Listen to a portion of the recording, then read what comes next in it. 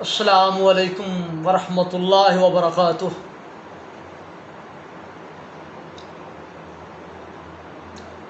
بسم اللہ الرحمن الرحیم۔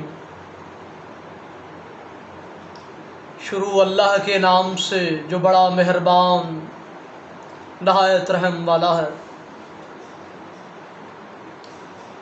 پیارے رسول کی پیاری سنتیں چینل میں خوش آمدید۔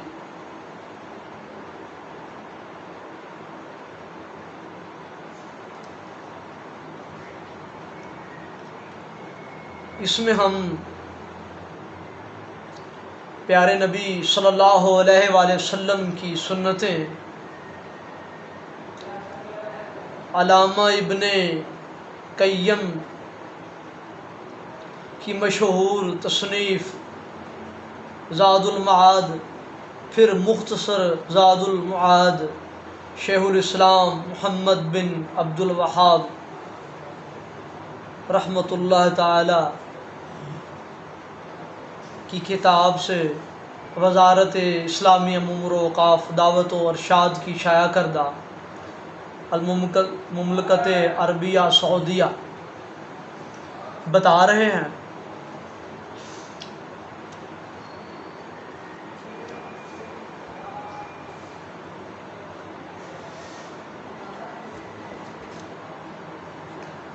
پیارے نبی صلی اللہ علیہ وآلہ وسلم کی نماز کا طریقہ،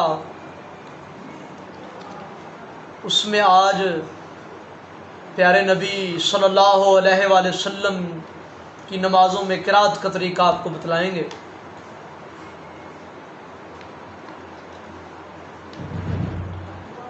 نماز فجر، آپ صلی اللہ علیہ وآلہ وسلم نماز فجر میں قرآن پاک کی 60 سے 100 آیتوں کی تلاوت فرماتے تھے۔ یہ سورۃ کاف، سورۃ روم، سورۃ شمس اور معوذتین اور اس کے علاوہ دوسری صورتیں ہوتی تھیں جو آپ دونوں رکعتوں میں تلاوت فرماتے تھے۔ ایک دفعہ نماز فجر میں پہلی رکعت میں سورۃ مومنون شروع کی۔ جب حضرت موسیٰ اور ہارون علیہ السلام کے تذکرے والی آیات پر پہنچے تو آپ کو کھانسی آ گئی اور آپ رکوع میں چلے گئے، اور جمعہ کے دن اکثر سورۃ سجدہ اور سورۃ دہر اور ایک ایک رکعت میں پڑھتے تھے، کیونکہ ان دونوں صورتوں میں کائنات کی ابتدا اور انتہا، آدم علیہ السلام کی پیدائش کی بات، جنت و جہنم کے داخلے کا ذکر، یوم آخرت اور جمعہ کے دن واقع ہونے والی چیزوں کا تذکرہ ہے۔ اسی طرح آپ بڑے اجتماعی موقعوں پر جیسے عیدین اور جمعہ کو سورۃ کاف اور سورۃ سبح اسم ربک الاعلی، سورۃ غاشیہ پڑھتے تھے۔ نماز ظہر کی نماز میں آپ کبھی کبھی طویل قرات کرتے تھے۔ ابو سعید رضی اللہ تعالیٰ عنہ کی ایک روایت میں ہے کہ نماز ظہر کی اقامت سن کر اس اثناء میں اگر کوئی چاہتا تو آسانی سے بقی تک جا کر وہاں قضائے حاجت سے فارغ ہو کر گھر آتا، وضو کرتا اور نبی کریم صلی اللہ علیہ وآلہ وسلم کو پہلی رکعت میں پا لیتا، کیونکہ آپ قرات طویل فرماتے تھے۔ یہ امام مسلم نے روایت کیا۔ کبھی آپ ظہر کی نماز میں الف لام میم تنزیل السجدہ یا سبح اسم ربک الاعلی یا واللیل اذا یغشی والسماء، اس طرح کی آیات کی قرات کرتے تھے سورتوں کی۔ نماز عصر کی نماز میں قرات بقدر ظہر کے نصف ہوتی، اگر اسے طویل کرتے تو ظہر کی مختصر نماز کے برابر ہوتی۔ نماز مغرب کی نماز میں آج کل کے لوگوں کے برخلاف کبھی سورۃ اعراف جیسی طویل سورت پڑھتے، کبھی سورۃ طور، کبھی سورۃ مرسلات پڑھتے تھے۔ نماز مغرب میں ہمیشہ چھوٹی صورتیں پڑھنا مروان بن حکم کے دور سے شروع ہوا۔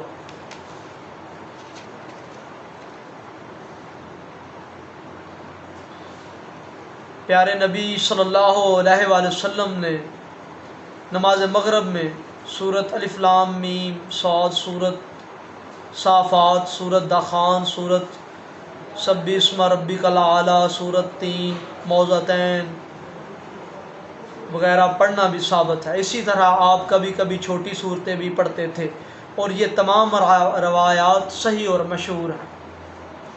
نماز عشاء کی نماز میں نبی کریم صلی اللہ علیہ وآلہ وسلم نے سورت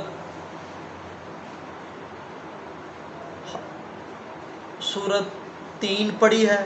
حضرت معاذ کے لیے آپ نے والشمس والضحیٰ، سبح اسم ربک الاعلی، واللیل اذا یغشی اور اس جیسی صورتیں متعین فرمائی تھی۔ اسی لیے حضرت معاذ رضی اللہ تعالیٰ عنہ کو سورت بقرہ پڑھنے پر ناپسندیدگی کا اظہار کرتے ہوئے فرمایا، اے معاذ، کیا تم لوگوں کو فتنہ میں ڈالنا چاہتے ہو؟ اس واقعہ کو بعض لوگ جو نماز پڑھنے میں جلد باز ہیں بطور دلیل پیش کرتے ہیں اور واقعہ کے سیاق و سباق کو نظر انداز کر دیتے ہیں۔ نماز جمعہ کی نماز میں آپ سورت جمعہ، سورت منافقین، سورت اعلیٰ، سورت غاشیہ پڑھا کرتے تھے۔ نماز عیدین کی نماز میں کبھی آپ پوری سورت قاف اور کبھی سورت اعلیٰ غاشیہ پڑھتے تھے۔ وفات تک آپ صلی اللہ علیہ وآلہ وسلم کا یہی معمول رہا۔ حضرات خلفائے راشدین بھی آپ رسول اللہ صلی اللہ علیہ وآلہ وسلم کی اس سنت پر پابندی سے عمل کرتے رہے۔ چنانچہ حضرت ابو بکر رضی اللہ تعالیٰ عنہ نے فجر کی نماز میں سورت بقرہ پڑھی اور طلوع شمس سے قریب سلام پھیرا۔ اس کے بعد حضرت عمر رضی اللہ تعالیٰ عنہ نماز فجر میں سورت یوسف، نحل اور ہود اور سورت بنی اسرائیل جیسی صورتیں پڑھا کرتے تھے۔ نبی اکرم صلی اللہ علیہ وآلہ وسلم کا یہ فرمان گرامی کہ تم میں سے جو کوئی امامت کرے تو اس کو چاہیے کہ ہلکی نماز پڑھا کرے۔ اس سلسلہ میں یہ معلوم ہونا چاہیے کہ تخفیف ایک نسبتی وصف ہے، اور اس چیز کو نبی کریم صلی اللہ علیہ وآلہ وسلم کی طرف اس کے لیے رجوع کیا جائے اور مقتدیوں کی خواہشات کا خیال نہ کیا جائے۔